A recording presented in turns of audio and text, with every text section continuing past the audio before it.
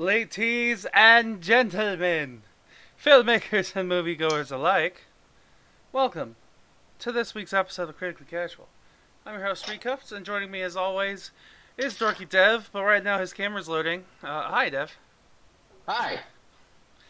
Man, this is going to be I'm at a classy lounge right now, enjoying a drink, so. Ah, yes. We can't tell. Oh, there it is. Hi. That is a classy lounge. Yeah. Right, very classy. Mm-hmm.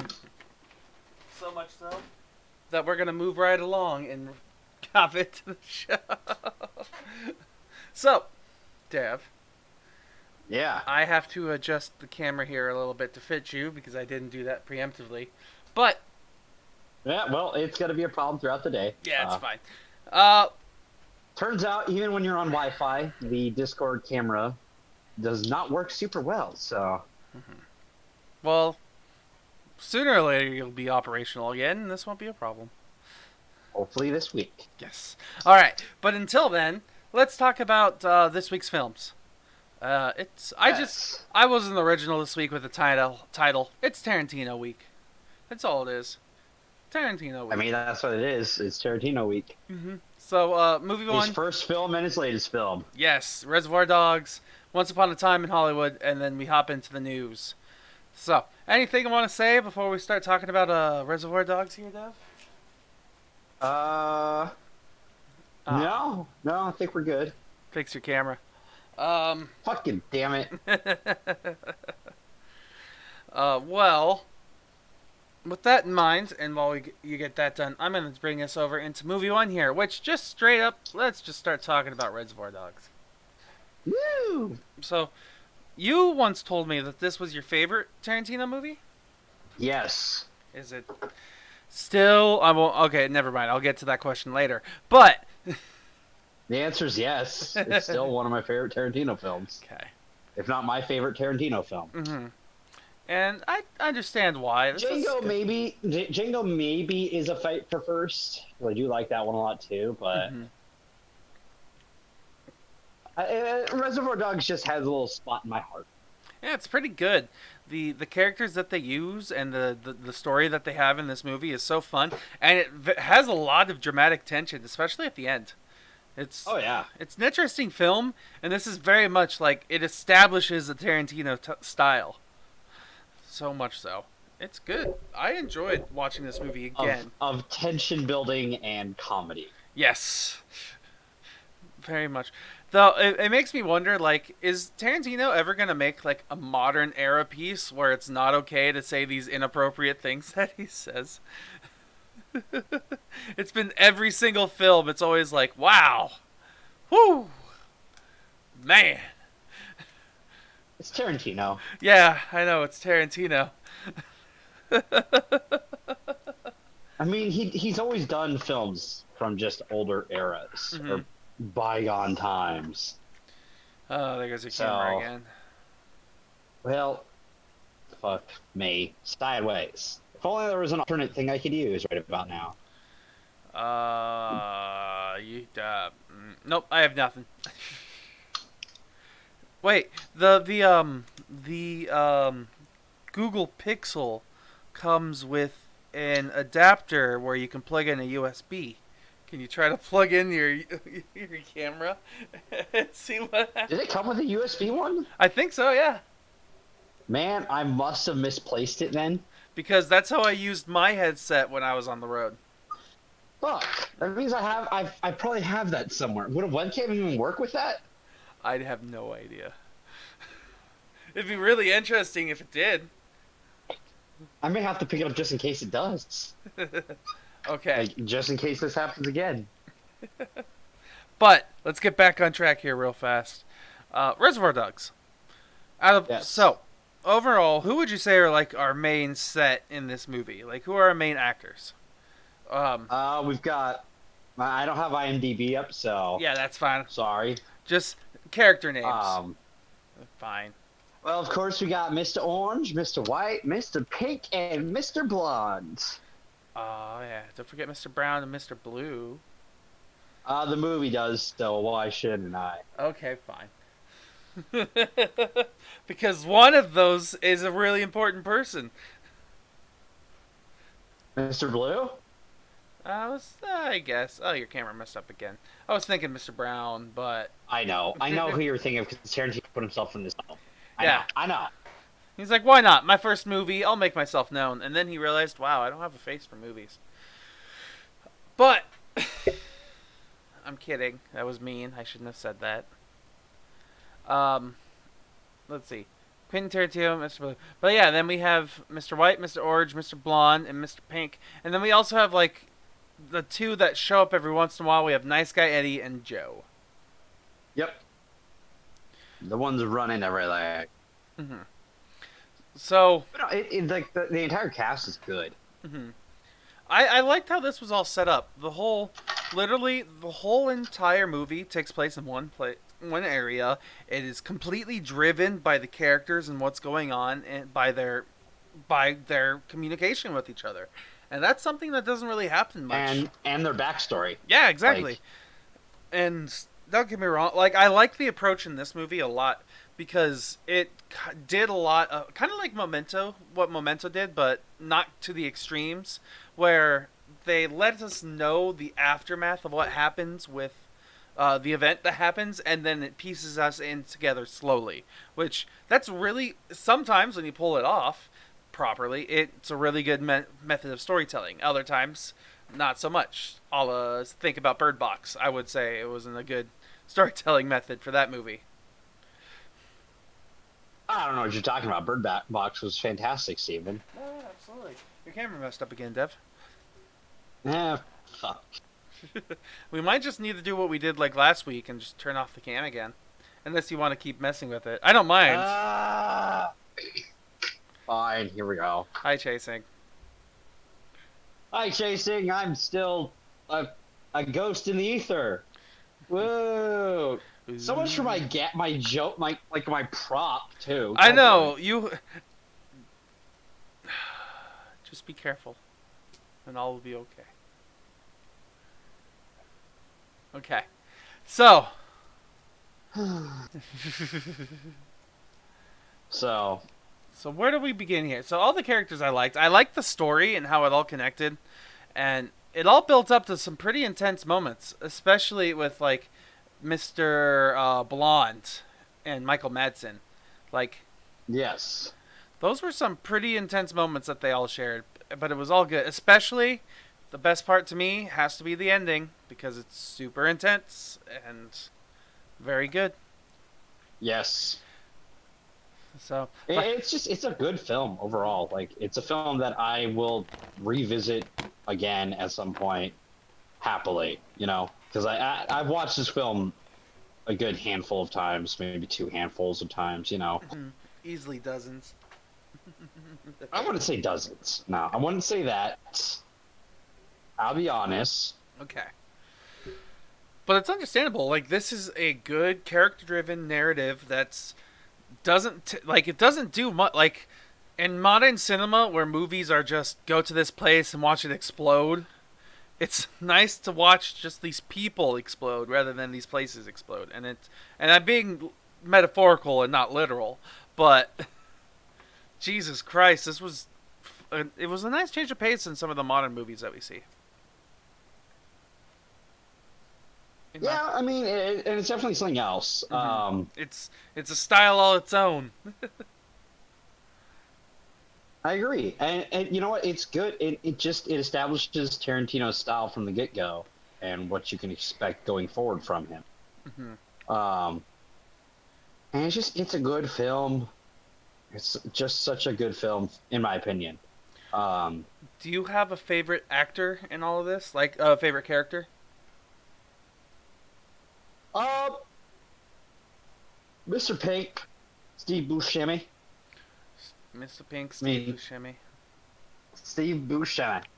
I mean, he's Steve Buscemi. Come on, he's over the top in himself. It's what he does, you know. So obviously, it was interesting watching Steve Buscemi in this role because he was just like the shifty dude who's paranoid at every twist, but also very submissive at times. It was odd, but interesting. I liked it. But very real given the circumstances of their situation. Mm-hmm. For me, I'm stuck between liking Mr. Pink, or not Mr. Pink, Mr. White and Mr. Blonde the most. Because, like, they both are very interesting characters with what they do in this movie. But I like Mr. Blonde, I think, the most, only because of his entrance and, like, the vibe. He completely changes the movie when he walks in. That's true. He has a certain, like, I don't want to say aura, but like presence as soon as he enters. Exactly. Good movie. Good. It is. Like, we could probably... Like, the hard part about this movie, though, is there's not too much to talk about except for, like, the characters... On the non-spoiler side, that is. The characters are good. The motivations seem right. The story is fine. Like, absolutely fine. But, like... Other than that, it's like we can't really explain what happens in this movie without spoiling. No. I mean, fair. Do you have anything you want to talk about with this film, Dev? Like anything that's really screaming that we should talk about and admire? Well, I mean, it's one of those films that just like it doesn't give you all the answers kind of thing, and it just works because of it. Mm-hmm. One of the things I like about this movie the most, well, that too, it doesn't really give you all the answers, but it still kind of does at the same time, especially when it comes to like everybody's fates. But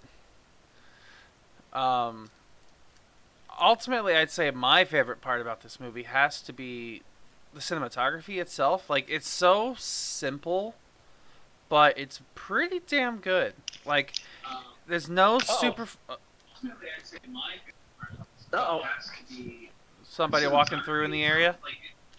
Nope. I'm just hoping you don't hear yourself. Okay.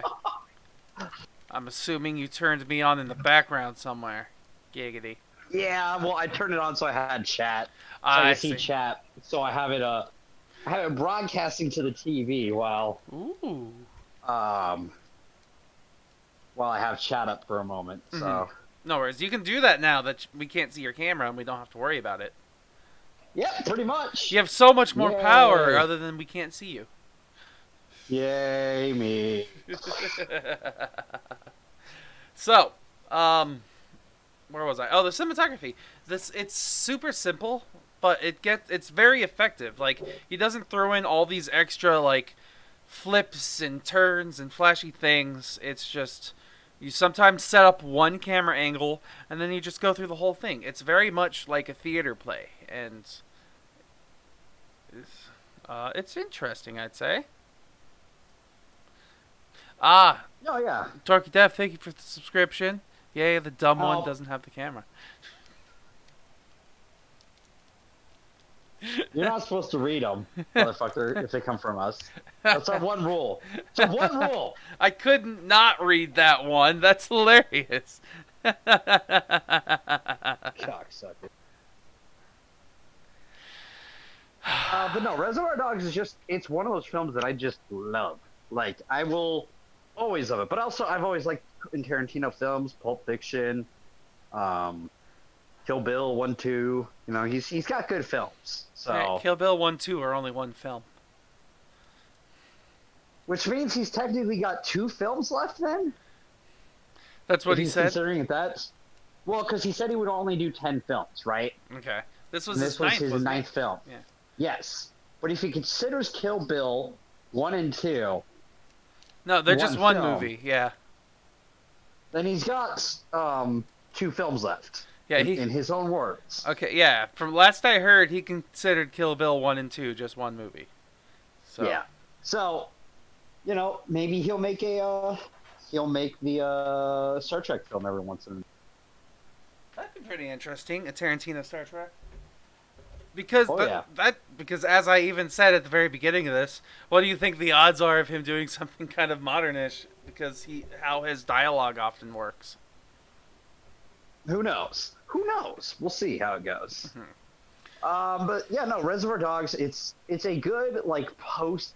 Like the best way to put it is it's post heist. And it just works. So I don't know. I mean, it's a fun film that it's shot really well. Every time the camera is anywhere, it's there with purpose. So. Like, there's some things that they do a lot in this movie that we don't really think about a lot, and it's reflections, where they use people's reflections to help portray the story. Like, someone will be talking at the camera, but they'll be looking into a mirror, so we can't actually see their face, but we can see that they're talking, and that usually means that they're conflicted, like they're trying to figure out stuff that's going on, and that happens a lot in this movie. More often than you think. Well, and Tarantino has a thing about mirrors, I think, from what I remember. Like, you look at yourself and you have to think of him as Rorschach in mirrors. no, God. No, it's if you haven't seen this film, you're missing out on a cinematic, like a piece of cinematic history with it. Like I put this on my list of movies that need to be watched. With like Star Wars and Lord of the Rings and Fistful of Dollars, stuff like that. On my list of films that make that have been a part of my creation, as a human being. Reservoir Dogs is on that list. Okay. All right. Well, I mean, maybe you shouldn't watch this kind of movie when you're young, but understandably so. It was just a damn good film. Well, I didn't watch it when I was young. I would have been adolescent when I watched it. Okay. That's a little better. I also watched like The Matrix when I was like, I don't know, like I want to say 10. Started watching the Matrix trilogy, so Okay. Younger than most people would have wanted, but I also came out perfectly fine. Yeah. Fine. Absolutely. Okay, Dev. With that in mind, I'm giving you 10 popcorn kernels. How many of them would you give to Reservoir Dogs? It gets a 9. A 9? Yep. I like that. 9 out of 10. 9 out of 10 for me. I mean, no, and this isn't like me personally. I love Quentin Tarantino, but for me personally, he doesn't have a perfect film, but I think that's part of the beauty of his films. You know what I mean? Yeah, I can see it's that. a perfect film for me. Mm-hmm. But I still always am drawn in with his stories. See, like, the only reason why I question it so much is, like, I'm putting it into this random perspective, like, a direct comparison to, like, another movie. Say, for instance, last week you said the original Lion King was a 10 out of 10 for you. But, like, yes. Yeah, I know. But it's just, like, it's a weird comparison to think about because it's a direct comparison that really can't be made in this instance. But well, it's different things for me. You know exactly, what I mean? So I watched Greg Miller and Kind of Funny do their review of the new Lion King. So this could be a short tangent. And Greg Miller the entire time is yelling, "Take off your rose-tinted glasses," from when you're a child, kind of thing. Mm-hmm. But for Lion King, I can't do that. I'm sorry, it's impossible. Yeah. Like saying that with how they directly compare to each other just does not work. While Reservoir is a unique film, and I will always love it, it's going to be a 9 just because of the fact that, like, it's not my perfect kind of film. You know what I mean? Yeah, I get you. Like, for me, perfect cinema, like, was Into the Spider-Verse, Endgame, Lion King. Like, those are all perfect films for me. Empire Strikes Back. But that's my opinion on it. Yeah, so, I understand that completely. Okay. See, I'll also say this. I could rate another Tarantino film higher than this, but still like this more than that. Okay. If that makes sense. Yes, it does make sense. There are such things as technical masterpieces that are really boring films to watch. Think about, like, Avatar! Oh, what? Sorry. Well, that was one. I was thinking 2001: A Space Odyssey. Okay, listen here. That film is a fucking treasure. It's a masterpiece, but God, is it boring at times. Stanley Kubrick is rolling over in his grave right now. That he is. So let's move on to the next movie. You didn't rate it. Oh, yes. This film, Reservoir Dogs. I would give this movie a solid... Ooh, that's... I'm going to say an 8. Okay. Like, Tarantino has a style of film that I really appreciate and I like. It's a style that literally we don't see anymore. And like you said, Dev, it's not quite perfect, but I enjoy it. It's a completely different mood of movie, and it's still a really good movie. And it makes me sad that we don't have more of these kinds of films because they're original and they're interesting, but they're still really good. So, Tarantino is kind of one of my favorite modern directors. However, there's a lot of good modern directors, so I can't just say that. I mean, you can. Yeah. You can say that, but that's also you're allowed to have a fucking opinion, sir. I know. There's a lot of opinions out there. Like, I have some of my favorites are Tarantino. There's always Spielberg. Depending on what the project is, Guillermo del Toro is amazing. Recently, I've really been enjoying James Wan. It's always Spielberg. Are you looking forward to Gemini Man? Gemini Man? Yes and no. I'd be looking forward to it so much more if I actually made content on my own YouTube channel. Because it's just giving me more fodder to rip off, but, you know, whatever. Yeah, because Ang Lee directs that one, and I've always liked some of crazy-ass Ang Lee's work. Mm-hmm. Ang Lee's good. Okay. I'm looking forward to that, but once again, we're really good at getting off topic. Tarantino makes that happen, though. Let's be honest. It's Tarantino. Yeah, especially with like this next film, Once Upon a Time in Hollywood. every once in a while, I feel like I get off topic with that movie. But let's talk about it in the most non-spoiler way we can. Just, I'm going to ask you blatantly, Dev, because I got the assumption, just based off of the Snapchat and your face that you sent me, that you didn't really like this movie.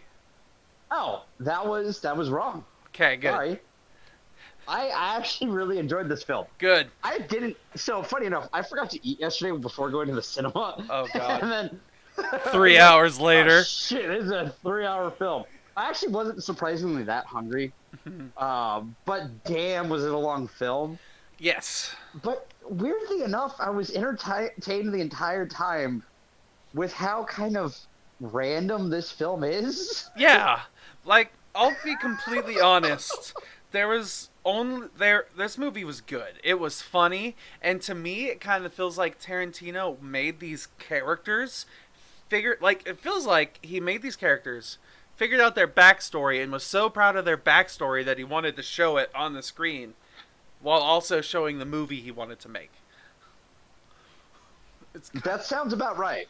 Yeah, because it sounds really like it's really interesting movie that he's made, and it's odd because a lot of these stories and things that are happening in this movie do not connect with each other at all. There's only one thing I would consider. There's one through line, as I would call it, one thing that constantly strings this whole story of events together. But all in all, I'd say that this is a little confusing to watch, but still amazing to watch at the same time. And it's a Tarantino film. So when this film popped off, which Tarantino always has a scene where shit just pops off. Yeah. To be honest, it happens. No matter what you fucking do, there's a scene where shit's gonna pop off. Yeah, and when it's happening in this as it happens in this movie, shit. Yeah, I've come to the conclusion that like Tarantino is the best at building suspense and tension. Like, I would love to see him do a full-on horror movie, because I think he would nail it to the degree that I want, because he masterfully... Same, actually. Yeah, he masterfully built up this story of characters in a way that not only does it make sense in how it was portrayed to us, but made sense that it was perfect when everything pops off, and the ending made everything worth it. Like, it was a good movie. Yeah, no. This film just is nothing but tension, too. Like, it's weird to say that, but, like, there's this small, like, thin line of tension that slowly builds. Like, there are definitely moments... To a knot. Yeah, go ahead. And then, like, the best way to put it is, like, it's a string. It starts out as a string of tension, right? And as it goes along, the string occasionally ends up in a knot, where, like, it spikes in tension for a moment. But then it decreases, but it doesn't decrease to the same size the string was before. It's a thicker string. You know what I mean? And then there's this underlying tension, especially if you know, like, the history behind the events that this film portrays. You know, there's this, like, especially if you know that there's an underlying tension throughout it. And he runs with it. Yeah, I was genuinely shocked with some of the moments where I was just sitting in my seat. Like, I was in the front row in the theater, because it was packed. It's a Tarantino film. That kind of happens. So I was sitting there in the front row, but still, while reclined all the way back to see the stream all the way up here, I was still, like, scooting up into the edge of my seat, like, what's happening? Did you hear any of that on the microphone? Yes. Heard all of it. God, that was, like, I really enjoyed this movie. I really, really did. It's a movie that I wish more people would make. Don't get me wrong, I got confused at one point in the film with a flashback that they did, which was one of the coolest scenes in the movie, but when they did the flashback, I was like, wait, where are we at? And then we went back in time to where we were supposed to be, like modern time, and I was like, whoa. That whole thing was... That flashback was so cool, though. It was. But I was also like, what the hell's happening? Why? Where are we? Oh, we're in the flashback. No, we're not in the flashback. Okay. I get it now. Like, I was confused for about a brief second. Or for about the first half of that flashback. And then I just really liked it. Yeah, it was good. And like this film, like it's so incoherently coherent with what its story is. I wish I could say that that's the perfect visualization of my thought process, but most people wouldn't believe me. Scary enough, I do believe you. Knowing you as long as I have, Like just how this seems about right. Yeah, it's just how this story goes from A to B is probably how I would get from A to B in my line of thinking. I scarily believe that. Yeah, you agree with me. Don't get used to it. I know.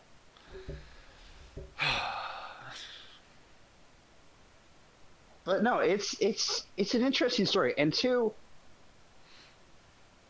he does some things that like I'll get more into it in spoilers. Spoilers is definitely needed. But like you don't expect everything that happens in this film. A little bit, yeah. There are at least moments that I saw happening. I definitely saw the end happen. Not the really cool part of the ending, but like the very end. I definitely saw that happening. I thought that was foreshadowed pretty heavily in the well, not heavily. It was subtly foreshadowed in the beginning, but I understood it and caught it at the end. But then, that was me patting my own back, if you couldn't tell. My biggest complaints about this movie, though, has to be just how long it is. Don't get me wrong. Fantastic movie and worth the 3 hours of watching, but some of it's not needed. Like, a lot of it's B-roll that could have been cut, but they just didn't. And I think... part of that's got to be Tarantino likes his shots. Yeah, I think what it was both to be him enjoying his shots, but I think it was to help with the pacing that he was trying to build, because he was trying to build this certain level of suspense at certain times. I think. That's my hopes, because that's the only thing I could think of that would warrant this. And don't get me wrong, oddly enough, if any other director tried to make this kind of film, it would flop at the moment. Like, just because this is Tarantino's name. Like, this is Tarantino. I don't know if it would flop, but it would never do as well. Absolutely. Like, according to like news articles that I've read online, this is Tarantino's largest opening weekend he's ever had. And one, I'm thankful for that, because it shows that even in a world where superheroes dominate the box office, this original... Oh, Jesus. I know, I'm going places. This original film manages to have a really great opening. I kind of hope it sends a message. I'm going to fight you on this, okay? Yes, I know you will. But superhero films are still original. Because the fact that, yeah, they use a title of a character, right? Mm-hmm. But most of the stories they've told in the MCU especially have been unique to the MCU. Like, they're original superhero stories. Okay. But the part that I'm kind of getting at there is, sure, each story may be original in, like, the MCU.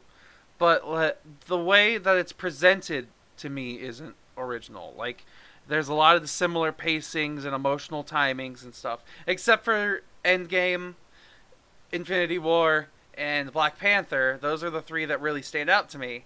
The others kind of... Black Panther is like... Okay. Oh, God. Whatever. I know, we're getting off topic. This is not what we're supposed to be talking about.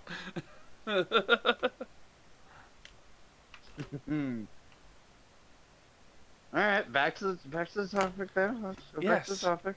Yes, please, Dev. You wouldn't have been this angry if we never went on this tangent. You're the one who started this tangent, motherfucker.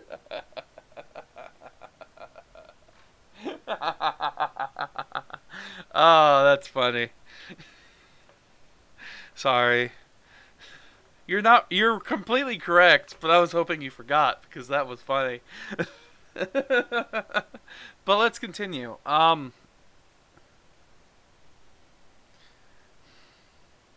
Someone's bitter. I couldn't scroll down to Kappa fast enough.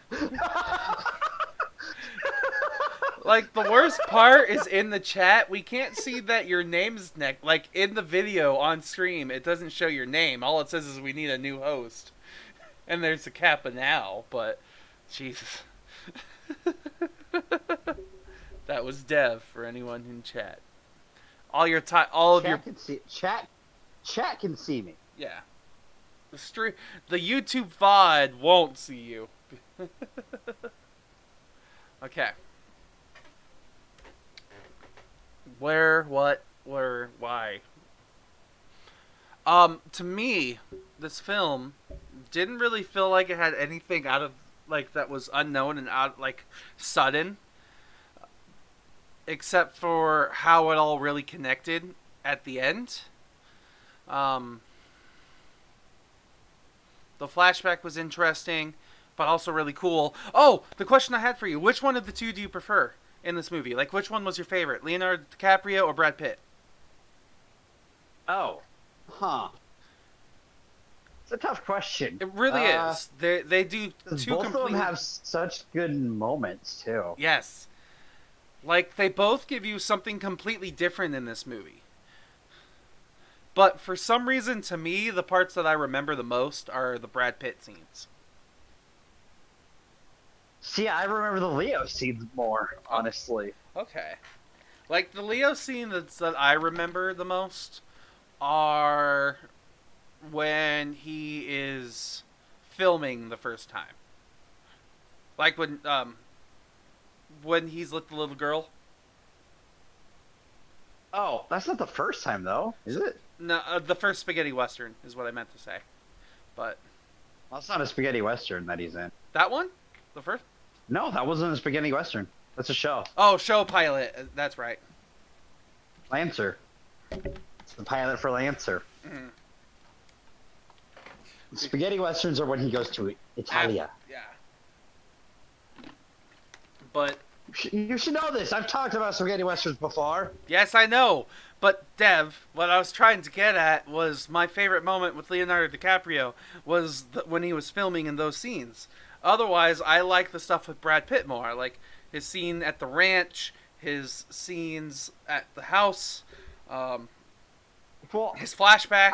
I'll agree. They're like, I'm more saying that, like, for a scene that's most memorable, Leo's scene is more memorable for me, but Brad Pitt's character moments are a little bit more memorable overall, maybe. Okay. Like, if you remember the film, but, like, the standout scene is kind of that Leo scenes. Some of the Leo scenes. I don't know. They're both, like, they both bring something to the table. They really do. Why do we have to choose one? I was just... They're both good. Thank you. That's all I wanted to know. We don't have to choose. You could just explain your choice and that's it. Which is no choice because they're both good. Good explanation. Thank you, Dev. That's all I wanted. Oh, God. So, what did you think? I do have one more question, though.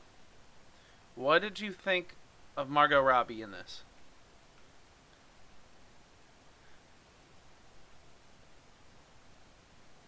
Give me a second.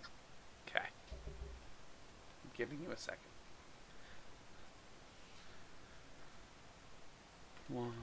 I'm going to my IMDb to make sure I chose the right name. But I believe that was Margot Robbie. Yes. Margot Robbie's part in this movie. Okay. I was making sure. I was like, was that right? Yeah, between the two blonde chicks, which one was which one? Was that what you were wondering? Well, I was trying to remember if it was, if it really was Harley Quinn playing Sharon Tate. Yes. It was Harley Quinn playing Sharon Tate. Just took me a moment to get there. I thought she was good. Okay.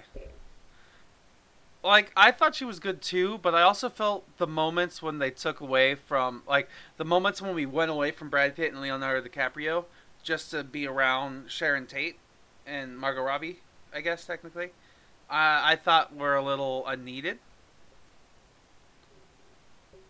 But It added like it was a third storyline that didn't really affect anything else really until the end, and I yeah, can't. It's yeah, it's really it's hard to weird. explain what happens until the end, and then it really all makes sense and why this is formatted and told the way it is. Yeah, it's interesting to say the least. Hmm. So, is there anything else we want to talk about before we essentially have to hop into spoilers? This I loved the cinematography and a lot of the driving scenes. Yeah, I did too, but at the same time, I kind of thought there was too many driving scenes because there were a lot of driving scenes. but but you're not wrong. The cinematography was really good in this movie too. The Tarantino did do a lot more of like the moving, swinging camera stuff in this movie, but it wasn't overplayed. It wasn't overdone, which is totally fine. Yeah, I'm just trying like, but he did do a lot of behind the people as they're driving stuff, and just a lot of extra needed B-roll, extra unneeded B-roll. My only complaints. yeah, and I mean they're valid complaints in all honesty. So, is it rating and spoiler time? I think it's spoiler time. All right. So, for this movie, I'm gonna give some popcorns to it. Is that okay? Is that Yeah, I'll give you okay? 10 popcorns. Okay. Go. All right. I'll take my 10 popcorns, and I will give this movie 8.5 of those popcorns. Like maybe it's not quite up to a 9, but this is a really damn good film, and I look forward to seeing it again. I might even go see it on Tuesday, which for the next however long it may be, the only day off that I have. So I'm excited. I'm gonna give it an 8. An 8? Yep. Okay. So you okay? Okay, makes sense. Could you explain why, like, what the major differences between this one and Reservoir Dogs are to make the score difference? One, length does make a difference Okay. in this film. Mm-hmm. So, Yeah, it's an hour and 20 minutes longer. yeah, which isn't a bad thing, but like he said, some of it is B-roll ish, so it just kind of Mm-hmm. I don't want to say drags, but it goes for a while. Yeah, I understand. Okay. All right.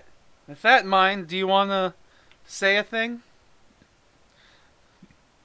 Let's get ready to spoiler. Let's get ready to spoil. Let's get ready to spoiler. Let's get ready to spoiler. Let's get ready to spoiler. Sure. What do you want from me? I don't have my soundboard. I know. You did your best. I appreciate you. So, did you catch the foreshadowing at the very beginning of the movie? When it came to just the subtle conversation between Brad Pitt and Leonardo DiCaprio talking about his neighbors? I mean, yeah, well, yeah, but it Like, wasn't. I'll say this: it wasn't foreshadowing in the sense of like, he was talking about he literally the part that caught my attention when he first said it was it could literally be one pool party away from being in his next film. And then there kind of was a pool party at the end. okay, but I'm gonna counter that with the fact that like, if you know what actually like happens in history, so we're in the spoiler section. So here goes. Mm-hmm. they don't follow exactly what happens at the end. Of course. Things don't happen that way. Mm-hmm. Like they set it up, they do all the stuff that you think would have happened to lead to that point, except they end up at the wrong house. Instead of being at the Polanski house. Yeah, they said they go to the Terry house, but they went to the neighbor's house and not the correct house. Because Yeah. the Terrys used to be where the Polanskis used to live. Yes. Yeah, I remember that. That was something that caught my attention as well. So it's supposed to. It was supposed to, you know. In history, you know, all 4 people who were at the Polanski residence are killed by the Manson family. Mm-hmm. It doesn't happen that way because, and that's. So I don't consider the thing that you're calling foreshadowing because if you know that history, you don't expect what happens to happen. Yeah, You know what I mean? but I get I mean, you. it's foreshadowing, but it's not. It's not foreshadowing anyone would have seen as foreshadowing until you see the film. I get you. But to me, I understand what you're saying. But at the same time, not many people will realize that this is supposed to be like a creative adaptation of something that happened in real life. Like, don't get me wrong, it's pretty similar to what like life events, but I also figured that there were creative leeways in this film, of course. Like there had to be. It's so I wasn't expecting like an exact thing, like an exact story as told. So I was looking out for things, and I don't know. But I get you. I think I understand what you're saying is you wouldn't understand that was like a hint for things to come until at the very end of the movie when it actually happens, and you're like, oh, that's cute. Yeah, I guess because like as soon as it happened and they have that last scene, I'm like, oh, so that was foreshadowing. Mm-hmm. Okay. Okay. Because the first thing I think of at that, I didn't say foreshadowing in my head. It was more like, oh, so that first scene happens. Okay. Okay. And I guess I know this sounds silly, but it feels weird. Okay. Because like throughout the film, little things happen. Like Cliff, Brad Pitt's character, ends up meeting someone from the Manson family. Mm-hmm. And going to the ranch that they were staying at. And all that stuff, and it's that was a really weird. intense scene. Oh yeah, without a doubt, and it was great. It was one of my favorites, absolutely. When they went to the ranch, the whatever it was called, ranch with all the hippies. Ooh. Yeah, and it was a good scene. I'm not discrediting that scene because it was fucking awesome. The tension in it was great. But it feels weird that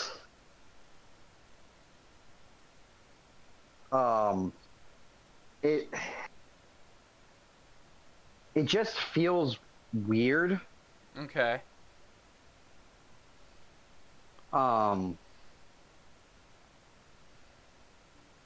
Because like you know what history is supposed to be like, and I get telling a different story with it, but of such a horrible thing feels weird. I'll be honest with you, at no point in this movie did I ever at all think about the modern, like, the history of this event. Like, I just thought about, hey, I'm watching this movie and it's a good movie. That's fair, and I tried to do that, but because of how many times, like, the character Sharon Tate in this film Mm-hmm. is, like, in the film, as someone who knows the history of it, you kind of can't. You know what I mean? Mm-hmm. Like it's tough to ignore the history with that because they set up Robbie's Sharon Tate as a very sympathetic character. Yeah, she's just out there to like entertain, but also wants to be noticed. Yes. Which is sympathetic in a lot of ways. So, I mean, they set that up a lot, so it's tough not to think about what actually happens. You know what I mean? Mm-hmm. No, I get you. And don't get me wrong, when they end up at the wrong house, the Manson family, and what happens. We're in the spoiler section, but I want to break that one down in a moment. Mm-hmm. It's cool and very Tarantino, but also at the same time, I don't want to say it feels like a slap, but it feels weird. Like, I understand because what happened with the murders was very much a crime and unjustified and really horrifying. And I guess when you kind of compare it to this movie turns that into this like heroic act done to like save people, but in reality that's not what happened at all. So I guess I could see how it's a tainted story, and I'm looking up articles about it, and people are like, Once Upon a Time in Hollywood takes the Sharon Tate murders and makes them all about men. That's what it says here on this article. I mean, it's not wrong, but like the thing is, like, it's such an impactful moment from Hollywood history that it feels, I don't want to say wrong, but it feels off to tell the story differently. So you think you would have liked it better if it ended kind of like in a Reservoir Dogs style, where everyone dies? Well, no, I'm not saying that. Told? It's more that the story of Sharon Tate, I don't know if it's one really that for a cinematic movie is the right topic. You know what I mean? Like, maybe a film influenced by it, but not one that like is literally about her. See, in this instance, I would argue that this movie isn't about her. It's intentionally. It's not, but it's enough. It's a movie like, around her. Like, and to me, this movie has absolutely nothing to do with Sharon Tate. Like, sure, she lives next door as their neighbor, and sure, technically in real life, what happened were these people in the movie killed Sharon Tate and everybody who was at that house. But in the context of this film, this movie is about this cowboy, and he's just around what's happening in this event in Hollywood. Sure, it's changed. And yes, but yes, I'm not going to argue on that. I'm more then my problem with it too is one, Margot Robbie's Sharon Tate is on the fucking poster. I see it in front of me right now. Yeah, she is. She's there. And there are several moments of this film that are built just around her. Most of it is just her at the movie theater watching her roles. Plus those scenes when she's with Polanski at the house, and driving around with him.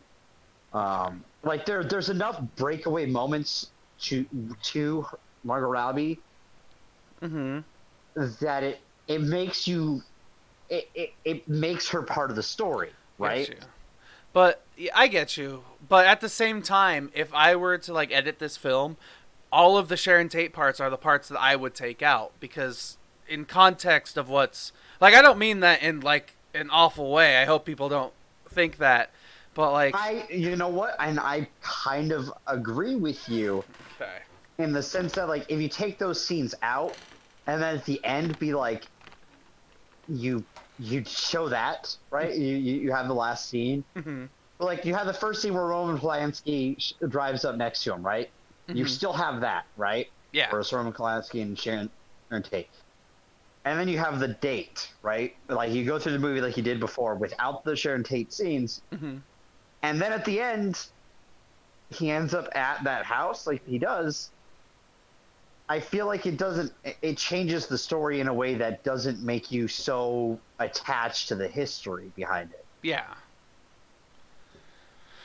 Like, it then becomes a what if they ended up in a different house story. It becomes a what if. Yeah. Which the story is a what if, but it draws too much. Too much similarities. Yeah, I mean, there's an entire scene where Sharon goes and is driving. She picks up, because hitchhiking was a big thing back then. Yeah. It was. I don't want to say safer, but there was a naivete to it. Mm-hmm. And one of the people definitely did. Yeah, like the one hitchhiker she picked up too was one of those people in the cult, like the Coven cult area. Were they? Yeah, she was one of those like background characters. I'm pretty sure, but I can't remember entirely. I can't argue that because there's a lot of them. Yeah. But at the same time, it's like because how much time we spend on Sharon Tate for her, like for this story to be to be about Cliff and Rick, the entire time, Leo and Brad, though flip the names. Yeah. Which, by the way, I loved that at the beginning. If you didn't catch it, when their names popped up in the car. Oh, yeah. When the movie starts out and it starts popping up like everyone who's in its names, Brad Pitt's name is under Leo's like silhouette, while Leo's name is under Brad Pitt's silhouette because the camera's behind them and like and they're coming out of the driveway from the shadow. They're seeing double. So yeah, it was a nice little funny nod to he's the body double, he's the actor, and they're interchangeable in scenes. So haha. Yeah. I felt that was good. Like to make that story end up there with them and have so many scenes around Sharon Tate just doesn't feel right. Like I think that's my biggest gripe with this film is that it spotlights so much of Sharon Tate that you can't separate it from what happened. Okay. That's something I can. Okay. Like I can't argue against that. That's a genuine argument here that I can see. So I get you there. If they were to like reduce the amount of Sharon Tate, do you think this would be a better film? Like I definitely thought they cut away too much to her just because I thought they ruined kind of the pacing of the movie and made things a little confusing at times. But and I have a different reason for it. Like it's just that like occasional scenes like when she starts playing music at because she's the neighbor and you hear the music playing over there. Yeah, that's fine. Things like that make sense, but when you just like when you kind of just have such a tragic person, like, and she's not a tragic person, but what happens to her is tragic, so I'm going to call her a tragic person, just so we know. Such a tragic person in your story for so much of your story that like you can't, and if you know the history of her character, of herself, you can't not think about it. It feels weird. Okay, I guess I could see that. Yeah. When there's not much else I could say on this one topic specifically, unfortunately. Like that's fair. Yeah, it's just maybe in the future, Tarantino should pick a less. I'm not gonna say taboo, but like maybe something a little less close to home. Like kind of how Django was. It was realistic to a degree, but it was also fantastical. Or Inglourious Bastards. Yes. Like things like that are different. Like are different enough that they work. You know what I mean? So yeah, like if they're hinged on a certain point in history. Yeah. So if they altered this movie a little bit more, it would have been better for you. Yeah, I think so. Like, Okay. I know that sounds weird, but like, given how much they like hang on it, and yeah, and Chasing says it perfectly. They don't advertise the film as a what if. Yeah, that's why I never really thought about it as a what if. Like, I never took in the thought of the Sharon Tate murders. I honestly didn't even correlate that until you started talking about it, because I was just, there's Sharon Tate, these are the Pelowskis, these are the actors and actresses in this film, and this is just what's happening as time's progressing. So, And that's fair. That's honestly usually how I'm able to watch a film. mhm. But this one's different because of the history behind of what happens. Okay. Like, I don't think this was ever intended to be a what if. I just think this was a story that Tarantino kind of liked and thought he could build around. And that's fair. And a I'm lot of not this, going to argue with that. yeah, and plus a lot of it doesn't even have to do with the Sharon Tate's things itself, because, like we said, a lot of it's flashbacks and storytelling stuff around the two guys. So, like, Yeah. I think that's probably why they didn't even advertise it as a what if, because it was never intended to be compared as a what if.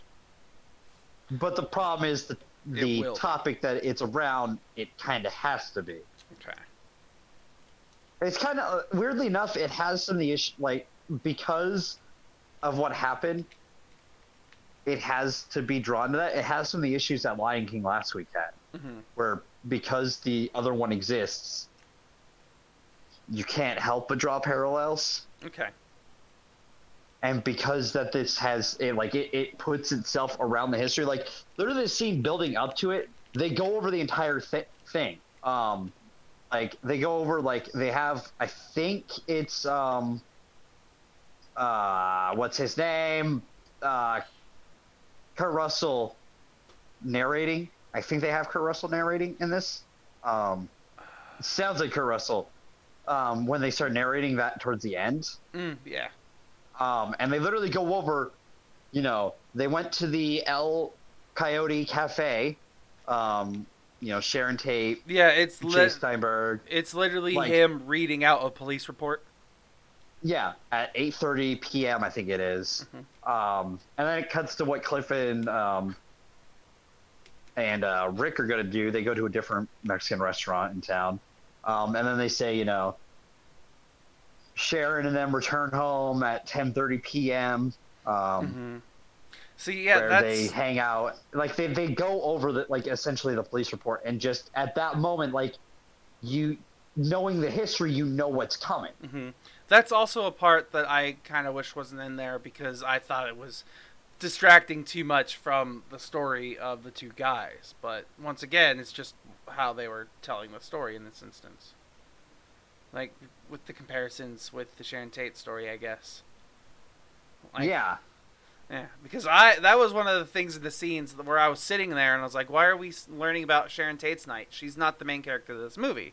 The main characters are Leonardo DiCaprio and Brad Pitt. Why do we keep going back to Sharon Tate and Margot Robbie?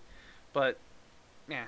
So, I mean, it makes sense now when you bring it up with the real life comparison that I kind of blanked on. But, yeah, I don't know. Like, I agree with you now that we've been talking about it this way. But I don't know. I guess I'm seeing it more as the eye of the director and not in the eye of the consumer in this instance. That's fair. But that makes, given our Yeah. roles, Yeah. that would be the way that we would both look at it, just naturally. But like they do the whole narration thing building up to that moment, and then all of a sudden, like, the Manson family is right outside with their car, muffling super loud, and like this is a scene that, like, I love the coming scene though. Yeah, like the Brad Pitt's moment in this movie, like right up. Not just. I mean, God. also with the flamethrower, I can't be wrong. Like, that was one thing that I really enjoyed too, because they showed it once or they showed it once in the show. They showed him learning how to use it once as like a flashback. They showed it just sitting in his tool shed in the background, and then he used it. Yes. And I was they like, hung on it. They hung on that shot just long enough for you to it was a Chekhov's gun moment, but like, it was. It was really good. I liked that. With like everything to do with that flamethrower. But my favorite thing, honestly, just had to be with the dog. Like, oh God, yes. So let's set the scene real quick. Okay. So the Manson family has to go back down the hill because Rick is just like, get out of here, you fucking hippies. Mm-hmm. And I'm like, oh my God, was that Rick Derringer? I used to love Rick Derringer. You know, Bonnie Law, man. Yeah. Funny enough, these two films that we watched have made me want to play GTA and Red Dead more than again. No, yeah. Like this entire time I've been playing GTA, just driving around doing shit. It's just what has made me feel like I want to do. The thing though was that like they go down the hill, one of them ditches the rest of them. And the three go up the hill, and like because I know what's supposed to happen, I'm like, so they're gonna go into that house. And then as soon as it shows the shot of what house they're at, I'm like, wait, what? Yeah. What? I think though, like what happened. Quick side tangent. I think they ended up changing their mind because of that woman's speech in the car. Like they said they were supposed to go to the Tully house, but then they ended up at the wrong house. Which don't get me wrong, what indeed, but. Yeah. Continue though. I guess that's fair. That's fair. But they also say that they need to go to the residents of the other house, right? Yeah, that's the part that really got me confused too. Is they said that they needed to go to the other house and then they just didn't. Because that's what Charlie said. Yeah. So, but they go to Rick's house. Rick is in the back, you know, in his pool, listening to music, sipping on margaritas. Brad's character Cliff just got home. He's making his doggo food while tripping on a acid dip cigarette. Oh my God, dude, that was great. That was funny. So I'll be honest. In college, I did do acid once, and it's kind of like that. Like it's legitimately like, whoa, huh, okay. Because he points out his hand. He's like, whoa. He keeps flicking his finger, and he's like. Whoa. And then he just goes on with his life. Like he's eating the dog food, and they set this up in a scene earlier that like he doesn't it's animal cruelty in my opinion, but he doesn't feed the dog when it whines for the food. It's cute. But yeah, it was. You're also like you piece of shit, feed the dog. Yeah. It's like what I tell you. You whine, you don't get food. You learn why he's that way because he's also trained that dog not to be just a dog.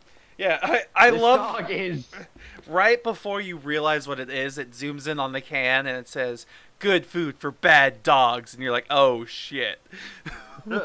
this scene is about to go 7 different ways. Mm-hmm. And you could, go ahead. Go ahead. I was about to say you could kind of tell. Because especially how well the dog is trained with like just tongue clicks when he's feeding the dog, you can be like, "Wow, that's a well-trained dog." And then, then the fucking scene happens where. So like, what happens is like one of them goes around the back, right, to the other door, to the side door, really. Mm-hmm. And the other two are going to go through the front. And Robbie, I think is the dog's name. Robbie barks after he's opening the second can. He's like, "Listen, I'm doing the best I can in the conditions." And he kind of sees the dog, looks at him, looks at door, and he's like, "Oh, and something's up." And then he hears footsteps walk up, and then Tex, I think yes, Tex busts through the door with a gun pointed at him, like. Yep. Yeah. God. And he essentially tells Rob, "Need a heel." They roll out Leo's new wife. And he's just like, "So this is real." Yeah, he's just tripping on acid. Like, this isn't real, is it? No, it's real. Huh. And what happens is he he has like he has his finger pointed like a gun at the guy. He's like, it just clicks, and the dog jumps, grabs the dude's arm with the gun, and just starts gnawing. Yeah. Oh my god! Then he goes. Oh god! It pops off from this moment. Yeah, it pops off. Completely takes a turn. The guy's arm gets ripped, like bit and ripped, and he drops the gun, and then the dog just goes from leg to thigh to crotch, and at the same time, Brad Pitt's like fighting this. He literally chucks a can of dog food at this woman and breaks her nose. That scene, that was the entire audience, in the theater I was in, like the dog just saying, and everyone's like, "Oh!" Yeah, it was, and "Oh!" then the can, everyone was like, "Oh, damn!" Yeah. Go, damn! That was what it was in my theater Under too. my breath, I was like, "Fuck." Yeah, and then the wife, the new Italian wife, ends up like punching the chick, and I just busted up laughing.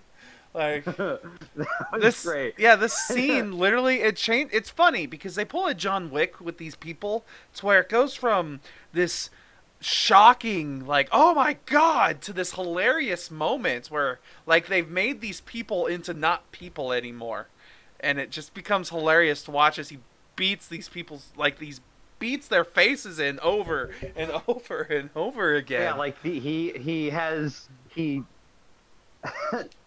the guy tries to pull a knife. So after the girl's on the ground, he goes to fight the other one, and he has the dog attack the one that he broke the nose of. Mm-hmm.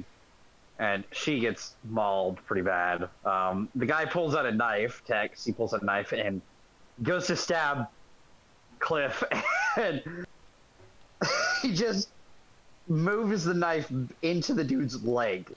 Yeah. And he's like, "Ah!" and then just beats the shit out of him. Like the other one, go ahead.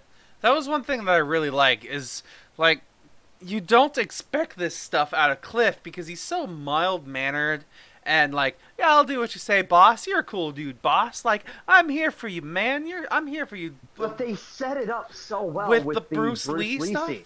Yes. And it's so cool because it's like even with the Bruce Lee stuff, like you see him get kicked and he falls over, and it's like, oh, you could tell he was faking that. You could tell he fell over intentionally.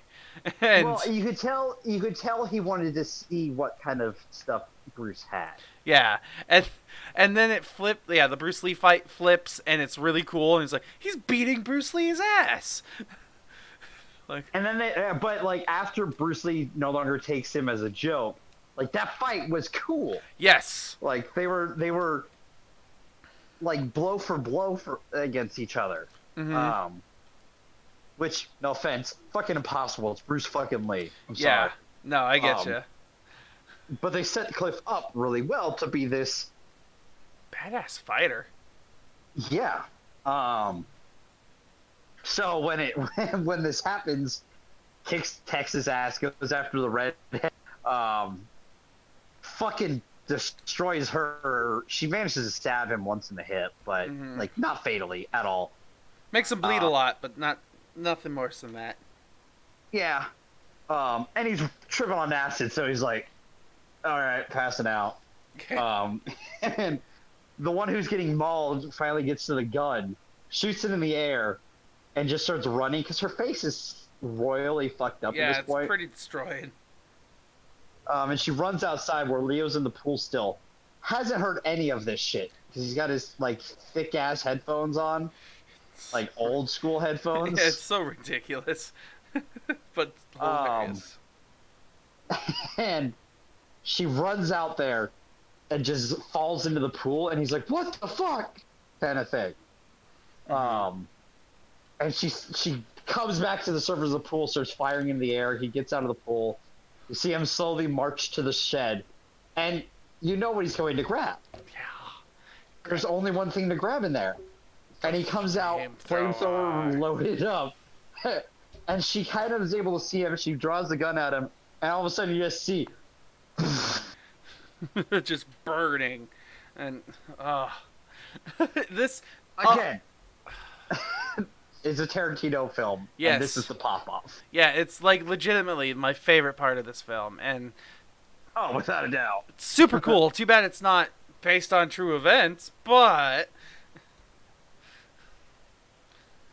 like, It's definitely interesting. mm-hmm. I like this movie. I really did. And like the only reason why I got confused the way I did during the flashback scene is the fact that they had a flashback in a flashback. Like they had the flashback of him being there and learning like why he wasn't getting the job as the stunt man because from this previous job. But while we're learning about why he didn't get the stuntman and why he ends up fighting Bruce Lee, we also see the flashback of him killing his wife, or supposedly We killing never his see wife. him do it. Yeah. So you get a flashback within a flashback, and then I just got kind of really confused on where we were, and then we instantly jump back to where he was on the roof fixing the where Dalton was Booth, where Cliff Booth was when he was putting the antenna back up, and I was like, that whole 15 minutes was just for backstory. Huh. Okay. But it was interesting. Yeah. It just felt out of place for me because how they lined it up with the flashbacks. I was like, okay, sure. I agree. But other than that, like, there's a really good... Leo does some really good acting, in my opinion. Mm-hmm. Yeah. Like, some excellent work. Especially with his... I like the trailer scene freak out. Oh, yeah, no, that was fantastic. Yeah, so if you guys didn't see, I was reading something. He's like, "Oh, you had to drink 8 whiskey sours," and so I made myself a whiskey sour for this podcast. So, in honor of it, It was, but I can't use my props because I don't have a camera. It was. I did like that though. His freak out about you're a drunk, you're an alcoholic, you're doing this and that. You can't drink it, and then he starts drinking, and then he's fuck it. Yeah. It's just man realizing he's about to lose his job. And putting off the best performance of his life. Yep. Which was a good scene, honestly. That was something I also kind of enjoyed. Was the fact that we got to watch a TV show / movie in a movie. But like it makes sense. It's a Hollywood film. It's Once Upon a Time in Hollywood. So like what they did was cool. But did we need to see as much of the production? I don't really think so. But it helps us develop the character a lot more. So it's like it's a give and take. It's weird that if anyone else tried this, we would hate it more. But because it's Tarantino, it's okay. Yeah. And I'm I guess saying so. we're as in me. Like I would definitely hate this movie a lot more if it wasn't Tarantino. But it's Tarantino. It's kind of the style that he's developed. After 8 films, this is his 9th, so we can't complain about his style after endorsing it for 9 movies. I guess that's a fair point. I don't really have anything else I can add, personally. Okay. Yeah, I don't really have much else either. It was just a good movie that was funny, a little confusing at times, but still worth the watch for sure. Sure. Okay. I guess with that being said, we'll just hop into the news for today, shall we? Shall we? We shall. Okay. Oh. The monthly poster was up there. Whoops. Well, I didn't really look up news. There is one. I have sad news, I guess. I think I might know what you're talking about. I don't want to mess up her first name, but Russi Taylor. Lucy Taylor. Russi Taylor. Let me double check. She's the voice actress for Minnie. Oh. Passed away. Russi Taylor. I know what you're talking about, though. Yeah. She passed away 2 days ago. Yep. So. Rest in peace. Condolences to the family and everything, because I mean it's rough, and she's kind of been a staple of Disney for years now. Mm-hmm. makes me wonder now. Who's the current voice of Mickey Mouse? I'm not sure. Okay. I mean, Mickey Mouse has had a bunch of voice actors over the past. I mean, and it's unfortunate. Never mind. I'm getting off tangent. It's really tragic to hear that this happens. It's unfortunate, and yeah, condolences to the family.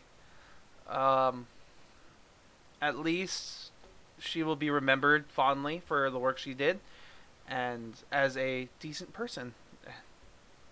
So. Fitting emotes, by the way, chasing. Very much so. I was just admiring those. Let's see. I'm looking at. I'm looking at news here.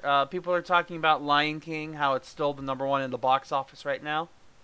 Not entirely surprised. It's fucking Lion King. Yeah. Like Once Upon a Time in Hollywood did pretty good. It made $40 million this opening weekend so far, and it still has today to make more money. But it's not quite beat Lion King. Let's see. A lot of people are talking about Tarantino.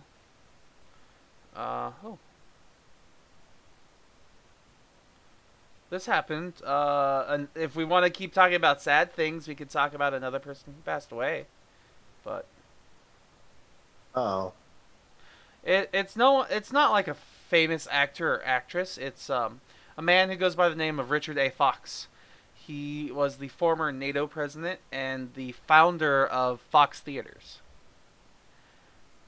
So, Fox Theaters was the largest independently owned movie theater production company from back in the 1950s and 60s. So, this is just another a legend in the movie history who just passed away. Is all on that guy. So, Yeah. I swear there was something else I saw.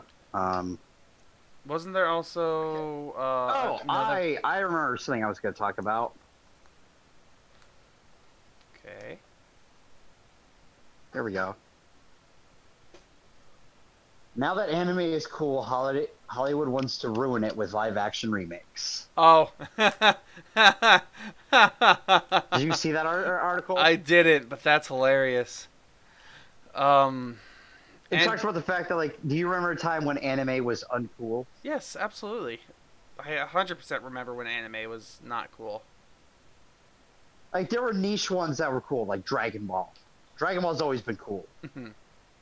But, like, anything other than that was uncool. Which is weird that that's the one that slipped by.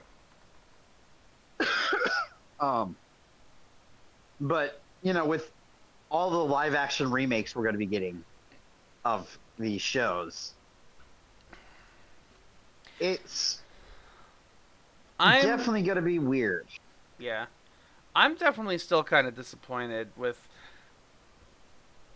I saw another... Like, the amount of freaking remakes we're getting nowadays is... I hate it. I really do. Like, I went to the movies this weekend, and I saw a trailer for Charlie's Angels. Oh, I did not see that trailer yet? I did not. And I was like, why are there more fucking remakes happening? We don't need the same story to be retold because we have better technology. It's not an excuse to remake a movie. It's just people want more money and they want to coast off of something that's already made. It's easy work and I'm tired of it. I really am. Like, I wish... Part of me doesn't like Critically Casual much anymore, only because I don't get to vote with my wallet anymore about what movies I get to see, and I don't. Like, we just watch whatever's popular, and whatever's popular a lot of the times are movies I really don't like. They're just remakes and boring shit all the time. But that's not true. We choose films you would have chosen. Well, how many shitty Dev, horror films have I sat through? Yes, Dev, of course I'm overgeneralizing, but still. Okay, fair enough. If you're gonna overgeneralize, at least admit it. Yes, but still, it's like the point that I'm getting at here. modern cinema is become very stagnant, and it's kind of boring. Well, honestly, last year wasn't like this year. This year has not started at, like, we're already at the halfway point, and the amount of memorable films that I've gotten this year isn't that many. No, it's not. Like, it seems weird, but like the high notes of this year have been high notes. Like, don't take that away. Mm-hmm. The movies that have been great have been fucking stellar. Yeah. And we haven't seen every stellar film that's come out this year. I will admit that. There are some that, like, Yeah, there are some seen movies out there that we still on need to other watch. on other people's lists, and I'm like, okay, maybe one of these weeks we can check that one out when it's out on DVD and stuff. But like, a lot of the problem this year for us has been, like, not just us, but like in general, is that, like, the movies that are being so built up, there's been more flops from. Mm-hmm. Like, Hellboy and Dark Phoenix are two of the biggest examples this year of films that were super built up. And Glass, which is weird to think about, but Glass did happen this year. Yeah, and which is still kind of sad because Glass had a lot of promise to it, and I liked it, but it wasn't the best movie. Hellboy had a lot of promise. True, but that's still part of the problem here. Is they were just thought they could reboot something, and it would work, and they don't. So I don't. Well, and it's not just those kind of films. Like, there's other films that have been kind of garbage. Like, horror films so far this year have been pretty bad. Ugh. And I'm not looking forward to any of these next ones we're watching either. Which, speaking... Okay, Stories to Tell in the Dark is going to be good. All right, listen here. Speaking of which, let's talk about the movies we're watching next month, shall we? Sure. So, I can't wait to see what poster you've cracked out this time. Yeah, I had no idea what to do, so I just called this month Grab Bag 2. Oh, hey, grab bag too. Yeah. So it is kind of a grab bag month, isn't it? Mm-hmm. Hey, wait, is this a 5-weeker? I don't. This is a 4-weeker. This is it's a 4-weeker. Okay. Yeah. Okay, I could barely see it from here. I'm far away. Yeah, it's a little small. So next week, I'm gonna make it bigger so I can see it. Oh, wrong button. Aha! Next week, we have Fast and Furious, Hobbs and Shaw, as well as the Scorpion King. So yeah, I'm looking forward to next week. Next week I'm interested with, because it's weird. We initially started calling it Unnecessary Spin-Offs Week, but then we realized it's The Rock's Unnecessary Spin-Offs Week. So it's Unnecessary Spin-Off Weeks too. The Rocketing. The Rocketing, yes. Dwayne The Rock Johnson movies. Okay. I love it. The week after that, we have Scary Stories to Tell in the Dark and Pan's Labyrinth. So that. Yep. Guillermo del Toro week. Yep, that's the connection there. The week after that is kids movies with Angry Birds 2 and Dora the Explorer. You're still looking forward to Dora. I am so looking forward to Dora. You have no idea. So looking forward. Okay. And then the last week is Would You Rather. The movie came out in 2015 or 2012, I think that one was. And then Ready or Not. Yeah. The hide and seek movie that's coming out. So yeah, the reason behind that one, we chose those two movies together. At least I chose those two movies together, was because it's horror movies based off of games, like just that people play. So. Yep. Yeah. There's your theme for that week. Yes. So yeah, here's your grab bag, because we couldn't really think of I couldn't think of anything else to call it. Honestly, it's a grab bag. There's a different type of film each week, so yeah.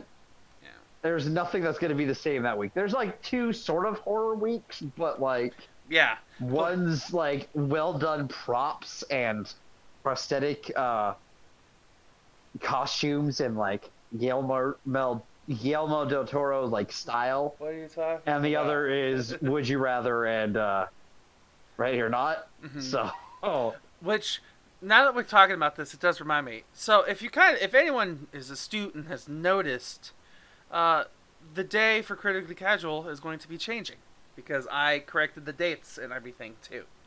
So, Oh, hey. yeah. Cool. So for everyone who doesn't know yet, I got a new job technically it's a promotion. I got promoted to the manager at my job.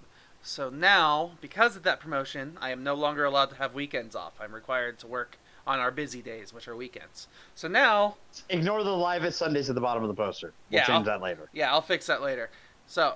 it's a weird week, because next week is still on Sunday, right? Yeah, next week is still Sunday, but it's late on Sunday. It's like 6 or 7 p.m. next week on Sunday. We still have to figure out an exact time. And then... after that, we're switching back to Monday nights.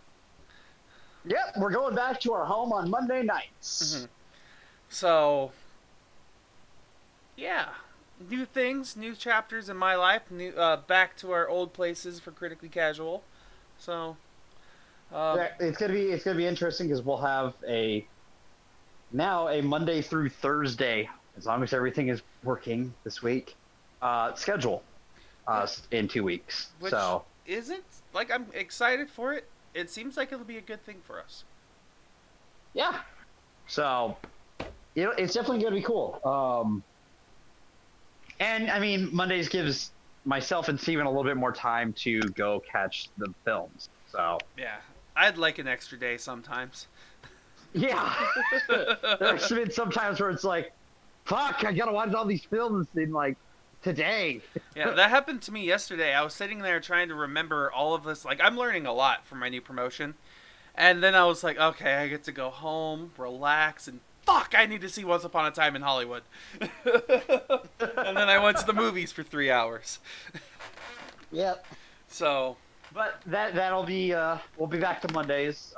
It'll probably either be 5 or 6 p.m., depending on the schedules for us. So that time might change week to week just based off of work scheduling. So just so you guys have the heads up on that. Yeah, but we will let you know. Like, I will actively tweet out what our plans are if we have to change that day. It's okay. You're okay. You've been drinking whiskey sours. I've had one whiskey sour. Okay. All right. Is there anything else here we want to say or do before we end today's podcast? I can't think of anything else really. It's hopefully I should be back this week with a PC, which means Hardcore Game Night and Har Podcast should be back this week. T-Pop should be back this week. There's going to be some changes kind of across the board with some things. So just so you guys have a heads up, we'll talk more about that on those shows. Though, yeah, once we figure out what we're doing too. Once we have more information to give, we'll give it. Pretty much. All right. So with that being said, I guess it's time to wrap up today's show. Wouldn't you agree? Yeah. All right. Yes, it is. Okay. So thank you very much, everybody, for joining us today on this lovely edition of the Critically Casual Tarantino week. Give us a like, follow, subscribe, leave a comment, and all that fun stuff wherever you're watching us. We have a Discord. Follow us on Twitch and Twitter. Subscribe on YouTube. Yes. Ring the bells and such. Check out Third Player Optional on Tuesdays with Caver J and Torn. Check out the Hardcore Game Night, which is our new show, which is on Wednesdays at 6 p.m. Which will be back as soon as my PC's running. Mm-hmm. Same with the Har Podcast, which is Thursday nights at 6 p.m. Pacific Standard Time, which Dev is the host of, so there's that. And then catch us again next Sunday before we switch to Mondays. Yeah, next Monday. It's a late show that Monday, so the schedule on the Twitch channel, that little scheduling thing, will show it correctly. So, yes. Okay. All right. I think that's everything. Yep. All right. Bye, everyone. Have a great night and enjoy the sudden climactic ending. Ha! Ha! Ha!